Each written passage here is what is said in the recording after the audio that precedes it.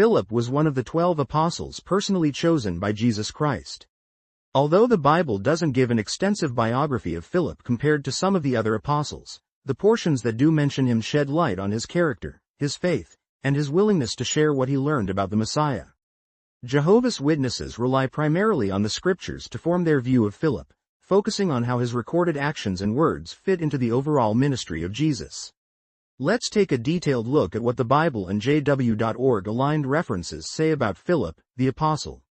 1. Origin and calling. From Bethsaida. Philip came from the same fishing town as Andrew and Peter. John chapter 1 verse 44. This may have given him a sense of camaraderie with them, as well as a shared background and lifestyle before they followed Jesus. Called by Jesus. In John chapter 1 verse 43, we read that Jesus found Philip and said to him, "Be my follower." Interestingly, Philip's immediate response was to seek out Nathanael, also called Bartholomew, excitedly telling him, "We have found the one about whom Moses, in the law, and the prophets wrote, Jesus, the son of Joseph, from Nazareth." John chapter 1 verse 45. This portrays Philip as proactive and enthusiastic in sharing the good news. 2. Not to be confused with Philip the evangelizer. Jehovah's Witnesses make a distinction between Philip the apostle and Philip the evangelizer, also called Philip the deacon, or ministerial servant in the early Christian congregation. Philip the evangelizer appears in the book of Acts. Acts chapter 6 verse 5, 8 to 540, 21 to 8. Whereas Philip the apostle is one of the 12 chosen by Jesus in the Gospels. Mark chapter 3 verse 14, 18. Sometimes people conflate these two Philips, but JW.org resources clarify that they are different individuals. 3. Role during Jesus' ministry. Feeding the multitude. One of the most notable mentions of Philip occurs in John chapter 6 verses 5 to 7, during the feeding of the 5,000. Jesus specifically tested Philip by asking, "Where will we buy bread for these people to eat?" John chapter 6 verse 5. Philip's somewhat practical and grounded mindset emerged when he quickly calculated the cost, remarking that 200 denarii worth of bread wouldn't be enough.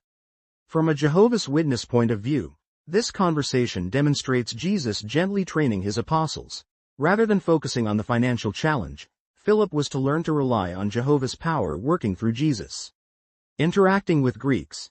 In John chapter 12 verses 20 to 22, some Greeks who had come to worship at the festival approached Philip, saying they wanted to see Jesus. Philip, unsure of how to proceed, consulted Andrew, and then they both informed Jesus. Jehovah's Witnesses view this event as indicating Philip's modesty and caution. He didn't presume to handle the matter on his own but sought additional guidance. This humility is seen as a commendable trait. 4. Philip's questions and spiritual growth. Asking for clarification. Another pivotal moment is found in John chapter 14 verses 8 to 9. Here, at the Last Supper, Jesus is telling the apostles about his relationship with the Father. Philip asks, "Lord, show us the Father," likely yearning for more tangible proof of God's presence. Jesus replies, "Whoever has seen me has seen the Father also." Jehovah's Witnesses interpret this account as evidence of Philip's sincerity. He did believe in Jesus but wanted a deeper, more direct revelation of Jehovah. Jesus' gentle correction helped Philip, and the other apostles, appreciate that Jesus' teachings and actions perfectly reflected God's qualities. 5. Personality and lessons for modern witnesses. Diligent, yet cautious. When called upon to feed the crowd or faced with Greeks wanting an audience with Jesus, Philip demonstrated a natural inclination to deliberate or even hesitate.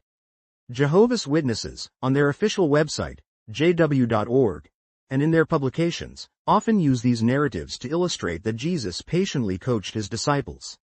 If Philip struggled with doubt or a sense of practicality that overshadowed faith, Jesus lovingly helped him grow. Devoted to the good news. Philip's immediate desire to tell Nathanael about Jesus, John chapter 1 verses 45 to 46, shows genuine excitement in sharing spiritual truths. Jehovah's Witnesses highlight this as an example of personal evangelism, using one's personal relationships to bring others closer to Bible truths. 6. Later history and legacy. The Bible doesn't detail Philip's life and ministry after Pentecost, nor does it record his death. Jehovah's Witnesses emphasize that any extra-biblical traditions about the apostles must be examined carefully. Since Scripture doesn't verify such traditions, J.W. publications generally refrain from speculating on how or where Philip's ministry concluded. Focus on his positive traits. JW.org materials often remind readers that Philip's experiences, his willingness to share the good news, his questions to Jesus that led to deeper insight, are spiritually instructive for Christians today. These episodes demonstrate how personal faith can grow through honest questioning, humility, and consistent reliance on Jesus' teachings. 7. Importance in Jehovah's Witnesses' perspective.